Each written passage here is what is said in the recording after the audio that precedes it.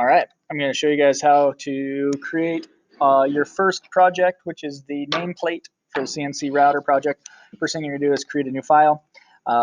If you go through the instructions, it actually says make sure you watch the online tutorial, then determine what type of finish you want your project to look like.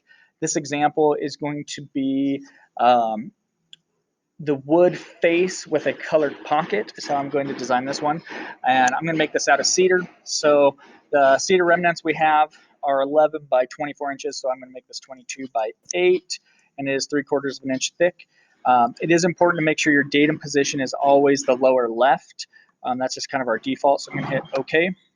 And what I'm going to do is I've already found a file online of a silhouette. So I'm going to import, and I'm going to find my cross-cut saw that I had already used. And now that I've imported this graphic, I'm now going to trace it to make it a vector. It's recognized like 16 colors. I want to drag this down and get to just black.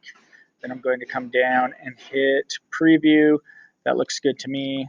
And I'm going to hit apply and close. So at this point, when I click over here, now I have a vector file. I can click the old picture, delete it. On this vector file, if you notice, I have some extra lines here that I do not want.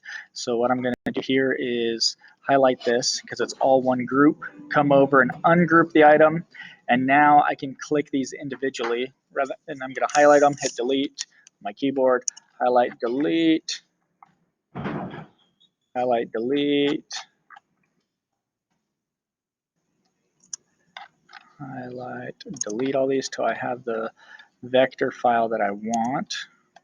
Okay, and that looks good now. So I'm going to zoom out. I'm going to Control A to highlight it all and then regroup it so that the handle stays with this. I'm going to be picky. I want this to mirror the other direction, so I'm just going to say flip this thing horizontally. There we go. Hit close. Made a copy of that. So I'm going to go up, get rid of this one, and this would be a great time for me to go ahead and save this. This is not an automatically saving file like a Google Doc or something. So I'm going to come up here, and what you have to understand is I'm just saving the VCarve file, or the project. This is definitely not the G code that we'll send to the CNC router. This is just the project. So I'm going to call this Mr. Sawyer sign. Hit save. Okay, so now that I have this saw, I want to make it bigger, so I can double click this thing to get it to a size I want. I'd like it to fill up most of this board. Okay, so now next I'm going to add a text box. So it says I can draw within a vector. I just need a text box. Up here I'm going to click make it Sawyer. I can choose whatever font I want. However, I need to be careful when I choose a font, because especially this one is going to be a pocket. The existing font I have over here, those points would not come out very well because I have a radius on my bit. I can only go as small as my bit. So I always recommend finding a font that is fairly round is the best way to do this, is my suggestion. And let's see, I had one earlier that I was choosing. Beware, I'm recording, folks. So be careful what you say. All right, so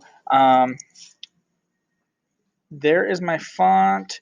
Create text, hit close, and again, I'll position this where I want. And I'd actually like that bigger. We can get that to be kind of like that. So there's Sawyer. I'm going to hit Control Copy, Control V, because I want a Mr. above it. So I'll double click on the font. It won't open. You can just come back over when it's highlighted, and now I can make it Mr. And this time I am going to make it a little bit smaller, 1.25.